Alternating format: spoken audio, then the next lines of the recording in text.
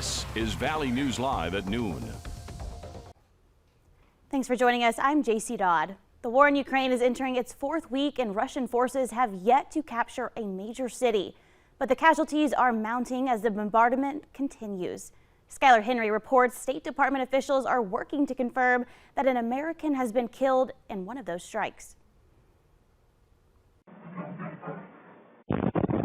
Russians continue their relentless assault on cities throughout Ukraine with missile, rocket, and mortar fire. In the northern city of Chernihiv, police there say an artillery attack today killed civilians, including an American.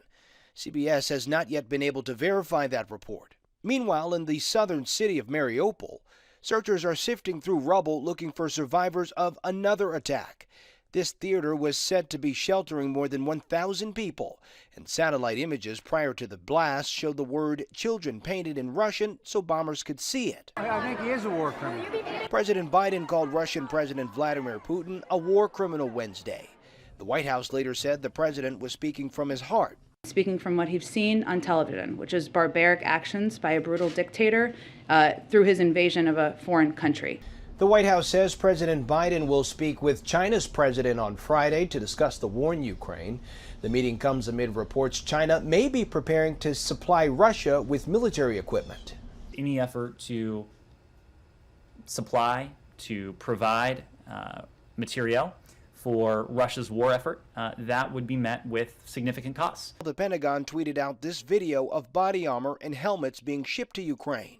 Senators were briefed on White House plans to ship more supplies, including drones and anti-aircraft weapons. It's clear they know how to effectively use the weapons that are being provided to them, and so it's incumbent on us to continue to provide those weapons. Defense officials say Russia's attacks have stalled, largely due to Ukrainian forces defending their embattled country. Skylar Henry, CBS News, the White House. U.S. officials say they're working to get Ukraine some much-needed long-range surface-to-air missiles to combat high-flying Russian bombers. And we have breaking news just into our newsroom. Demolition of the old Kmart is on hold for now after a pipe burst. The call came in just 10 minutes ago. Water can be seen shooting out of the roof. Take a look at this picture about 50 feet into the air. We have a crew there now, and we'll share any information we get on our website at valleynewslive.com. And new at noon, a Becker County man will spend the next 12 years behind bars after a teen girl came forward saying she endured years of sexual abuse. Terry Harrison now stands convicted of one felony count of criminal sexual conduct. Documents say a report was made last March to the Becker County Sheriff's Office when a 13-year-old girl said Harrison had been touching her since she was 6 or 7. She also said he forced her to perform sex acts, and documents also say the victim and her mother confronted Harrison, which was recorded on a cell phone. Harrison has also been ordered to 10 additional years of conditional release. Also new at noon, police arrested a man for DUI following a crash in North Fargo. It happened around 2:30 this morning in the 300 block of 30th Avenue North. Police say the driver, Lane Cebulski, was the only one in the vehicle and sustained minor injuries. Meanwhile, a Fergus Falls man was taken to the hospital following a semi-crash that shut down a highway. A portion of Highway 34 just west of Dunvilla, Minnesota was closed while authorities worked to clear up a crash that happened around 7 this morning. The crash report says 23-year-old Blake Fielder was driving his semi south on County Road 23 during heavy fog when he went off the road and drove into a field. He was taken to the Fargo Hospital for his injuries and is expected to be okay. The day may have started a bit more cooler than yesterday, but we're still expecting mild temperatures and more melting. Let's go to Summer Schnellbach to see if we're going to feel the luck of the Irish with today's forecast. Summer? JC, you stole my line. I was going to say the forecast today is quite lucky. We're seeing a lot of sunshine and not much snow left in those ditches. We're seeing a lot of dirt and dead grass, but I got to tell you, it is a beautiful sight. And the sunshine today has really helped to boost our temperatures. We did fall below freezing last night for many areas. Bemidji, Park Rapids above freezing, same with Roseau, Baudette, Waskish, but much of the valley, including the Central Valley and eastern North Dakota, did see those refreezing conditions overnight, which is good news to keep that slow and steady melt going. The sunshine is really helping our temperatures now this afternoon. We've already exceeded our forecast for today in Fargo. We're at 41 degrees with those bright blue sunny skies. 38 right now in Grand Forks, 43 in Jamestown and Fergus Falls, 39 Bemidji, 35 out in Devil's Lake. And we are continuing to see the sunshine with a few clouds building up to the north. So do a little Irish jig because today is looking beautiful. Thank you, JC, for laughing at that. I tried really hard.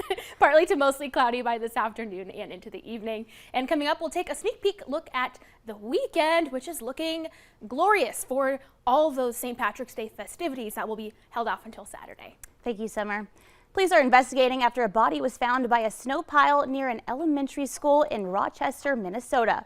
Police say the body was discovered yesterday evening by Gage Elementary School and appears to have been there for some time.